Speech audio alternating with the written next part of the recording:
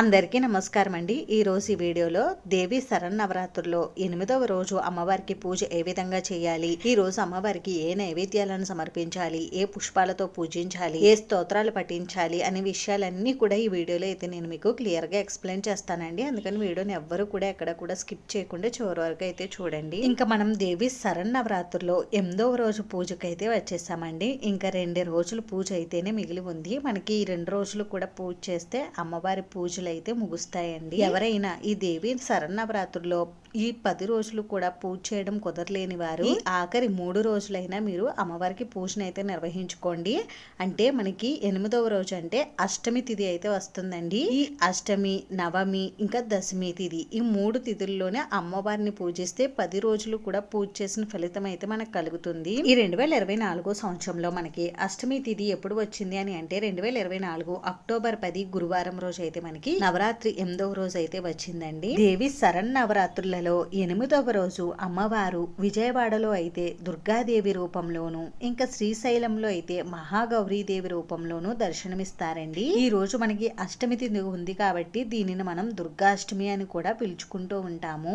ఈ రోజు అమ్మవారిని ఎరుపు రంగు గులాబీలతో కానీ, మందారాలతో కానీ, ఇంకా ఎరుపు రంగులో ఉన్నటువంటి పుష్పాలతో అలంకరించి పూజించుకోవాలి. అందుకని నేను అమ్మవారిని ఎరుపు రంగు గులాబీ పువ్వులతో అయితే అలంకరిస్తున్నానండి. ఈ రోజు మనం అమ్మవారికి పూజ చేసుకునే కంటే ముందుగానే మనం ముందు రోజు పెట్టినటువంటి పూజలో పెట్టినటువంటి పూల నిర్మాల్యాలని, ఇంకా పూజా సామాగ్రిని శుభ్రం చేసుకుని పూజాపీఠ అంతా కూడా శుభ్రం చేసుకోవాలండి. ఆ తర్వాత మనం అమ్మవారిని పువ్వులతో అలంకరించుకుని ఇంకా దీపారాధన కోసం దీపపు కుందులను అయితే సిద్ధం చేసుకోవాలి. దుర్గాదేవి అమ్మవారికి ఎరుపు రంగు అంటే చాలా ఇష్టం అండి. అందుకని అమ్మవారికి పూజ చేసేటప్పుడు పూజా సామాగ్రి అన్నీ కూడా ఎరుపు రంగులో ఉండేటట్టు చూసుకోండి. అంటే పువ్వులు కానీ, దీపారాధన ఆయిల్ కానీ, దీపారాధన చేసేటటువంటి వత్తులు కానీ ఇవన్నీ ఎరుపు రంగులో ఉండేటట్టు చూసుకోండి. నేను ఇక్కడ కామాక్షి దీపంలో ఎరుపు రంగు ఆయిల్ని అయితే వేసానండి. అంటే ఈ ఆయిల్ని ఎలా తయారు చేసుకోవాలని చాలా మందికి డౌట్ ఉండవచ్చండి. మనం దీపారాధనకు ఏ ఆయిల్ని అయితే ఉపయోగిస్తామో అందులో కొద్దిగా కుంకుమను కలిపితే మనకి ఈ ఆయిల్ అయితే రెడీ అయిపోతుంది.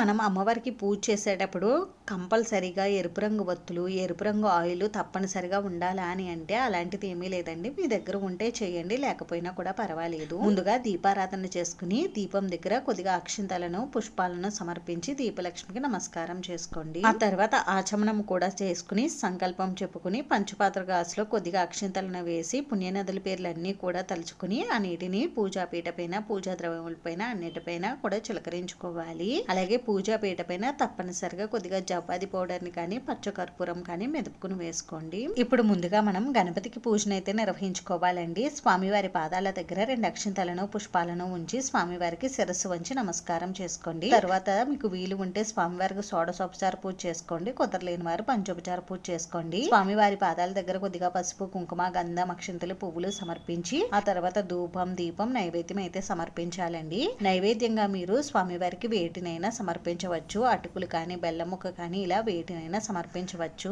ఇప్పుడు స్వామివారికి కర్పూర నీరాజనం కూడా సమర్పించి 2 అక్షంతలను, పుష్పాలను స్వామివారి పాదాల దగ్గర ఉంచి స్వామివారికి శిరస్సు వంచి నమస్కారం చేసుకోండి. స్వామి, ఈ 8 రోజులు కూడా పూజలో ఎటువంటి ఆటంకం లేకుండా పూజ నిర్విఘ్నంగా కొనసాగేలా చూసావు. ఇంకా మిగిలిన ఈ 2 రోజులు కూడా పూజ నిర్విఘ్నంగా కొనసాగేలా చూడు తండ్రి అని ఆ స్వామివారికి నమస్కారం చేసుకుని స్వామివారిని 2 చేతులతోటి పట్టుకుని పైకి క్రిందికి 3 సార్లు అని యథాస్థానంలో పెడుతున్నాను తండ్రి అని చెప్పి స్వామివారిని యథాస్థానంలో పెట్టి స్వామివారికి నమస్కారం చేసుకోండి. ఈ విధంగా చేసుకుంటే గణపతి పూజ పూర్తవుతుంది. ఇప్పుడు అమ్మవారికి పూజను అయితే నిర్వహించుకోవాలి. అమ్మవారి పాదాల దగ్గర 2 అక్షింతలను, పుష్పాలను ఉంచి అమ్మవారికి శిరస్సు వంచి నమస్కారం చేసుకుని ఆ తర్వాత అమ్మవారికి షోడశోపచార పూజను అయితే నిర్వహించుకోండి. షోడశోపచార పూజ చేసుకోవడం కుదరలేని వారు పంచోపచార పూజనే నిర్వహించుకోండి. ఈ రోజు అమ్మవారికి పూజను ఉదయం 5:06 నుండి 9:48 లోపు నిర్వహించుకోవచ్చు. ఒకవేళ ఈ సమయంలో కుదరలేకపోతే ఉదయం 10:36 నుండి 11:19 లోపు మీరు అమ్మవారికి పూజను అయితే చేసుకోవచ్చండి. ఇంకా సాయంత్రం అమ్మవారికి 4:52 నుండి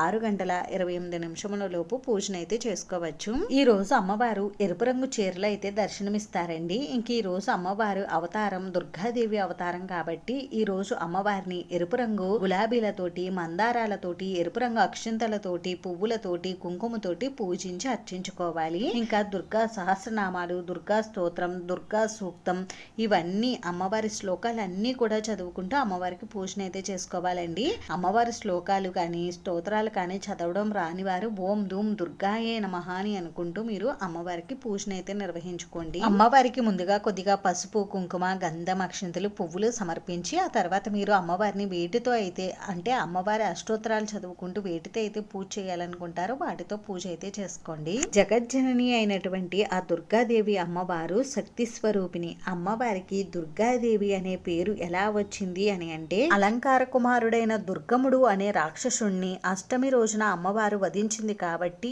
ఈ రోజున దుర్గాష్టమి అని పిలుస్తారు. అలాగే దుర్గముడిని సంహరించింది కాబట్టి ఆ అమ్మవారికి దుర్గాదేవి అనే నామం వచ్చింది. అమ్మవారికి ఈ విధంగా పూజ చేసిన తర్వాత ధూపం, దీపం, నైవేద్యం అయితే సమర్పించాలండి. ఈ రోజు అమ్మవారికి నైవేద్యంగా పులగం కానీ, కదంబం కానీ, పులిహోరని కానీ, చక్కెర పొంగలం కానీ నివేదించాలి. ఈ రోజు అమ్మవారికి తాంబూలం కూడా సమర్పించాలండి. అలాగే తాంబూలంతో పాటుగా పూర్ణ ఫలమైనటువంటి కొబ్బరికాయను కూడా నివేదించవచ్చు. అమ్మవారికి ఈ రోజు కొద్దిగా సాంబ్రాణి ధూపాన్ని ఎక్కువగానే చూపించండి. అమ్మవారికి సాంబ్రాణి ధూపం అంటే చాలా ఇష్టం అండి. అందుకని తప్పకుండా ఈ రోజు అమ్మవారికి సాంబ్రాణి ధూపాన్ని అయితే చూపించండి. ఆ తర్వాత అమ్మవారికి కర్పూర నీరాజనం సమర్పించి 2 అక్షింతలను, పుష్పాలను అమ్మవారి పాదాల దగ్గర ఉంచి అమ్మవారికి శిరస్సు వంచి నమస్కారం చేసుకోండి. ఈ విధంగా నవరాత్రి 8వ రోజైన దుర్గాష్టమి రోజు దుర్గాదేవి అమ్మవారిని ఉదయం సాయంత్రం కూడా పూజించుకోవాలి. ఈ రోజు అమ్మవారిని పూజించడం వలన శత్రువులపై విజయం కలుగుతుంది. అలాగే భూత ప్రేత పిశాచాల నుండి వచ్చే భయాలు అనేవి కూడా తొలగిపోతాయండి. ఇంకా వాటి ప్రభావం కూడా తొలగిపోతుంది. ఇంకా మనం ఏ పని ప్రారంభించినా కూడా అన్నిటిలోని విజయం కలుగుతుంది. ఇంకా రాహుగ్రహ దోషాలు, కుజ దోషాలు తొలగి వివాహం ఆలస్యం అవుతున్న వారికి తొందరలోనే వివాహం అనేది కుదురుతుంది. అలాగే అఖండమైనటువంటి సౌభాగ్యం, సిరి సంపదలు వీటితో పాటుగా అమ్మవారి అనుగ్రహం కూడా పరిపూర్ణంగా కలుగుతుంది. ఈ విధంగా మనం దుర్గాష్టమి రోజున అమ్మవారిని పూజించినప్పుడు మనకి ఇష్టమైన వస్తువులని తినకుండా ఉండాలండి. అలాగే ఈ రోజు ఎరుపు రంగు చీరను ఎవరైనా ముత్తైదు స్త్రీలకు దానంగా ఇస్తే మంచిది. ఎవరికైనా నవరాత్రి 9 రోజులు కూడా అమ్మవారికి పూజ చేయడం కుదరకపోతే ఈ ఒక్క రోజైనా మీరు అమ్మవారిని పూజించుకోండి. లేదు అంటే ఈ రోజుతో ప్రారంభించి దశమి రోజు వరకు అమ్మవారికి పూజలు అయితే నిర్వహించుకోండి. ఇంకా ఎవరైనా అమ్మవారికి నిమ్మకాయల మాలను సమర్పించాలనుకుంటే ఈ రోజు అయితే సమర్పించండి. ఇంక ఈ రోజు మనకి గురువారం కాబట్టి సాయంత్రం కామాక్షి దీపాన్ని తీసుకునేవారు తీసుకుని దీపాన్ని క్లీన్ చేసుకోవచ్చండి. అంతేనండి. చూసారు కదా, ఈ వీడియోలో మీకు ఇంకా ఎక్కడైనా డౌట్స్ ఉంటే నాకు కామెంట్ చేయండి, రిప్లై ఇస్తాను. ఈ వీడియో మీకు నచ్చితే ప్లీజ్ లైక్ చేసి, షేర్ చేసి, సబ్స్క్రైబ్ చేసుకోండి. Thanks for watching.